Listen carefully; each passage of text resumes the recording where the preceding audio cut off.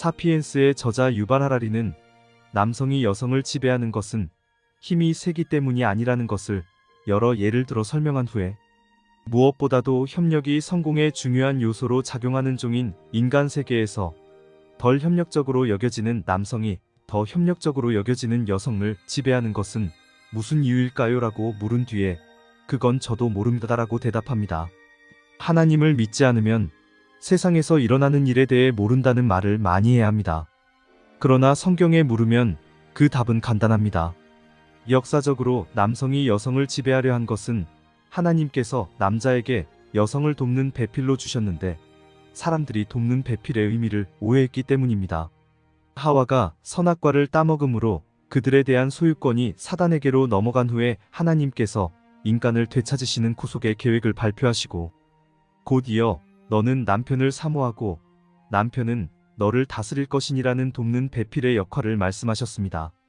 그런데 이것을 돕는 배필의 역할로 이해하지 않고 남녀의 위계 질서로 생각하는 사람들이 여자를 남자의 종속물로 생각했습니다. 그로 인해 덜 협력적인 남성이 더 협력적인 여성을 지배하려 한 비합리적인 역사가 계속되었던 것입니다. 정말 주인공을 돕도록 돕는 배필을 주신 하나님께서 아내를 남편의 종속물로 만드셨을까요? 남편과 아내는 지배와 종속의 관계가 아니라 똑바로 서야 하는 자와 똑바로 서도록 지탱해주는 자와의 관계입니다. 너는 남편을 사모하고에서 사모하고로 번역된 히브리어 테슈카는 롱잉 또는 센스 오브 스트레칭입니다. 관심에 팔을 뻗는 센스라는 뜻입니다. 갈망과 그리움은 사랑의 두 손입니다. 남편에게 사용된 다스리다는 말도 가벼운 단어가 아닙니다. 다스리다로 번역된 히브리어 말라크는 킹, 퀸 또는 투 테이크 카운설 등의 뜻입니다. 너는 남편을 사모하고 남편은 너를 다스릴 것이니라는 말씀을 테슈카와 말라크의 뜻을 살려 해석한다면 아내는 남편을 향해 관심에 팔을 뻗고 남편은 아내의 충고를 받아들이라로 이해할 수 있습니다. 힘으로 자연을 제압하면서 살아야 하던 시대에 하나님의 말씀이 다스리다와 사모하다로 이해되었지만 하나님이 인간을 지으신 목적으로 볼 때 아내를 다스리라는 말씀은 남편이 아내의 도움을 받으라는 말이요.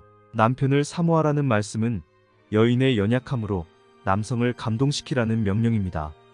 그 명령에 따라 지구별의 많은 남성들이 아내의 간섭에도 불평하지 않고 아내의 희생에 감동하며 행복하게 살아갑니다. 여성은 본인이 원하지 않은 상태에서 행한 성행위를 폭력으로 생각합니다. 어떻게 하면 여성의 마음이 먼저 열릴까요? 여성의 마음은 테크닉으로 열리는 것이 아닙니다.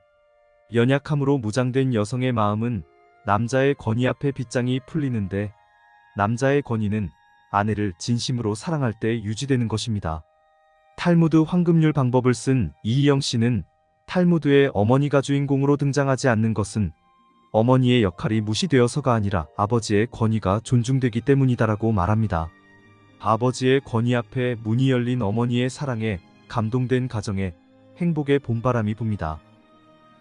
여섯째 날에 아담과 하와를 지으시고 그 앞에 서 있는 아담과 하와에게 남자가 부모를 떠나 아내와 연합하여 둘이 한 몸을 이룰지니라고 말씀하셨습니다. 우리나라 말에 출가외인이라는 말이 있습니다. 결혼하면 여자가 부모를 떠나 남이 된다는 말입니다.